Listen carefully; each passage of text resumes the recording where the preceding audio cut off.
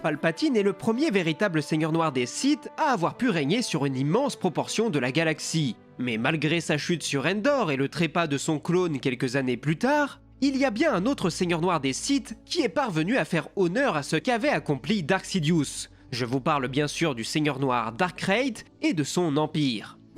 Les origines de l'empire de Krayt. Pour comprendre le fonctionnement de l'empire de Krayt, il nous faut d'abord remonter des années en arrière afin d'explorer les origines du créateur du dernier ordre des seigneurs noirs des Sith. Aux heures les plus sombres traversées par la galaxie depuis des siècles, la République galactique est bouleversée par la terrible guerre des clones, un conflit monté de toutes pièces par le seigneur noir des Sith, Dark Sidious, qui plonge l'ensemble de la galaxie dans la guerre. Par la force des choses, les chevaliers Jedi sont appelés à servir sous les drapeaux républicains afin de défendre les mondes les plus éloignés du centre galactique. Parmi eux, nous pouvons citer l'exemple du chevalier Asharad-Hett, fils de Sharad-Hett, un Tusken, et celui-ci est véritablement un très bon guerrier. Mais alors que le conflit se rapproche de son terme, il découvre la trahison des clones qui s'apprêtent à l'exécuter et parvient à prendre la fuite. Se retrouvant isolé pour la première fois de sa vie, Asharad a fait le choix de retourner auprès de sa famille d'origine, celle des Hommes des Sables. Ainsi, pendant des années, il devient leur meneur et leur permet de riposter face à l'avancée des colons qui se sont appropriés leurs terres ancestrales. Mais un beau jour, il finit par faire face à l'un de ses anciens confrères Jedi, Obi-Wan Kenobi, qui ne compte pas se laisser faire alors qu'Asharad s'apprête à déloger un couple de pauvres fermiers. Un duel s'engage alors au cours duquel le Tusken est vaincu puis humilié par le Jedi, et dès lors les Hommes des Sables l'abandonnent à son tour, et il ne lui reste plus qu'à trouver une nouvelle voie, et ne parvenant pas à trouver la paix à travers la méditation, ce que lui avait recommandé Kenobi, Asharad s'est lancé dans une carrière de chasseur de primes, et au cours de l'une de ses traques, il est amené à découvrir le tombeau de la légendaire seigneur Sith Xoxan, ainsi que l'holocron de cette dernière. Asharad fait alors ses premiers pas dans le côté obscur de la Force. Dans les jours qui suivent, l'ancien Jedi quitte la planète mère des Sith dans l'espoir de se perdre dans les régions inconnues. Mais son navire est malencontreusement intercepté par l'avant-garde des terribles Yuuzhan Vong, et dès lors Asharad se retrouve désarmé face à ses envahisseurs chez qui la force semble complètement absente. Mais sa surprise viendra surtout de la présence inattendue de Vergère, une ancienne Jedi qui se trouvait à leur côté. Celle-ci prétendait même avoir été l'élève personnelle de Dark Sidious quelques années plus tôt, avant de découvrir les Vong et qu'elle les servait désormais.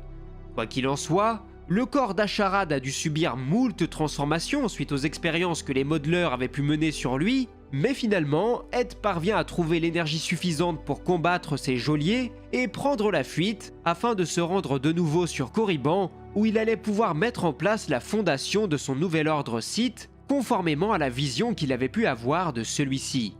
Dès lors, c'est une ère nouvelle qui s'annonce. L'ancien Jedi prend le nom Sith de Dark Krayt et décide de mettre un terme à la règle des deux, la doctrine mise en place il y a près d'un millénaire par Dark Bane afin de créer la règle de l'unique, un ordre Sith composé de plusieurs centaines de membres, tous dirigés par le plus puissant d'entre eux.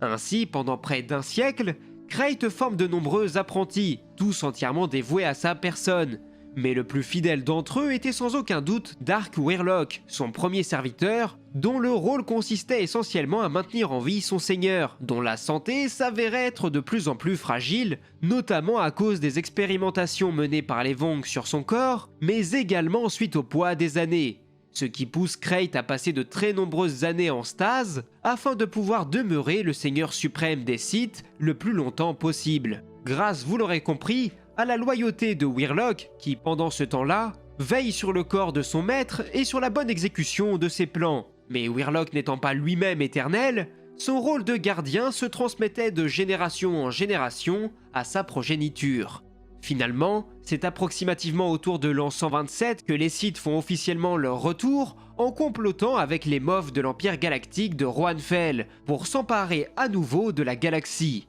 Ce qui peut être fait après avoir retourné l'opinion publique contre les Jedi, ce qui mène à une nouvelle purge de ces derniers, qui atteint son paroxysme sur Ossus, où se trouvait leur dernier temple, et où Dark Nihil, l'un des plus brillants guerriers de Krayt, peut mener à bien l'extinction des derniers Jedi. Dès lors, Il ne restait plus qu'à Krayt de s'emparer du trône, ce qui est chose faite en l'an 130, et ainsi commence le règne de Dark Krayt, dernier véritable seigneur noir des Sith. La structure de l'Empire de Krayt.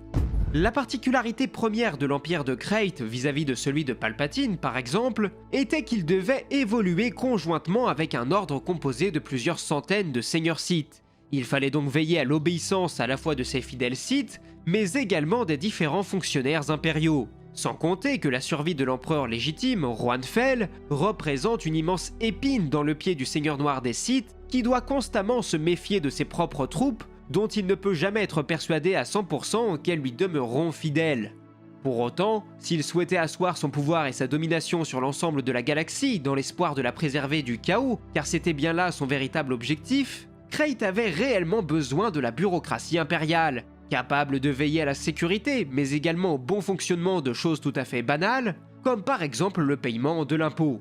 L'Empire était ainsi toujours régi par un conseil composé d'au moins 6 Moff, considérés comme les plus importants de l'Empire. On pouvait dès lors y retrouver le Grand Moff et Grand Amiral Morlish Vid, également chef suprême des forces militaires impériales, l'un des premiers officiers à avoir comploté avec les Sith dans l'espoir de s'approprier le trône occupé par Juan Fel. Le Moff Geist, quant à lui, était le chef de l'armée, et il va ainsi livrer lui-même certaines des plus grandes batailles de cette époque.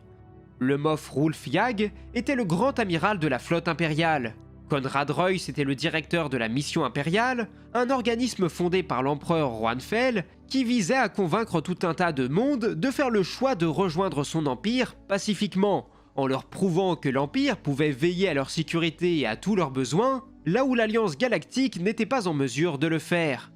Le Moff Feylaor était un Chiss, également directeur du corps diplomatique impérial. Preuve supplémentaire que ce nouvel empire se distinguait de celui de Palpatine, puisque la xénophobie qui lui était propre avait été mise de côté pour que quiconque puisse intégrer ce nouvel empire, peu importe son espèce. Enfin, Nina Calixte était la dernière membre du Conseil, et elle était la directrice des renseignements impériaux. A noter bien sûr que chacun de ces Moff disposait également de son propre secteur galactique, dont ils avaient l'entière responsabilité. Par là même, il convient de préciser qu'en évoluant parallèlement à l'ordre Sith de Krayt, l'Empire et ses fonctionnaires avaient souvent affaire à d'autres seigneurs noirs des Sith, qui évoluaient en son sein dans un rôle plus ou moins similaire à celui des Jedi lors de la guerre des clones, puisque ceux-ci disposaient plus ou moins de tous les droits, tout comme il n'était pas rare que certains seigneurs soient dotés d'un rôle crucial qui puisse faire doublon avec l'un des pouvoirs détenus par les Moff. Ainsi, Nina Calix devait rendre des comptes à la Sith Dark Malady,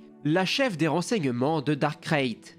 Par là même, pour faire exécuter l'ensemble de ses ordres, certains seigneurs noirs ont pu devenir les principaux lieutenants de Krayt. Ce fut par exemple le cas de Dark Nihil, Dark Strife ou de Dark Talon, qui pouvaient être envoyés partout à travers la galaxie, notamment quand il s'agissait de missions ayant un lien étroit avec leurs ennemis les plus importants, tels que les Jedi. Concernant ses forces militaires, Krayt pouvait bien sûr disposer de la force de frappe la plus importante de l'époque, puisqu'une bonne partie des impériaux ont accepté de lui jurer fidélité au détriment du rescapé Juan Fel. Pour autant, sa survie et les victoires successives remportées par ce dernier allaient contribuer à la désertion ou à la trahison de nombreux officiers qui seraient amenés à faire le choix de rejoindre les rangs de l'empereur légitime au fur et à mesure du règne des Sith. Et bien que l'ordre de ceux-ci s'étende sur une immense partie de la galaxie, et bien tout comme sous le règne de Palpatine, il existait toujours des coins reculés où les bandits et autres contrebandiers pouvaient être libres d'exercer leur profession.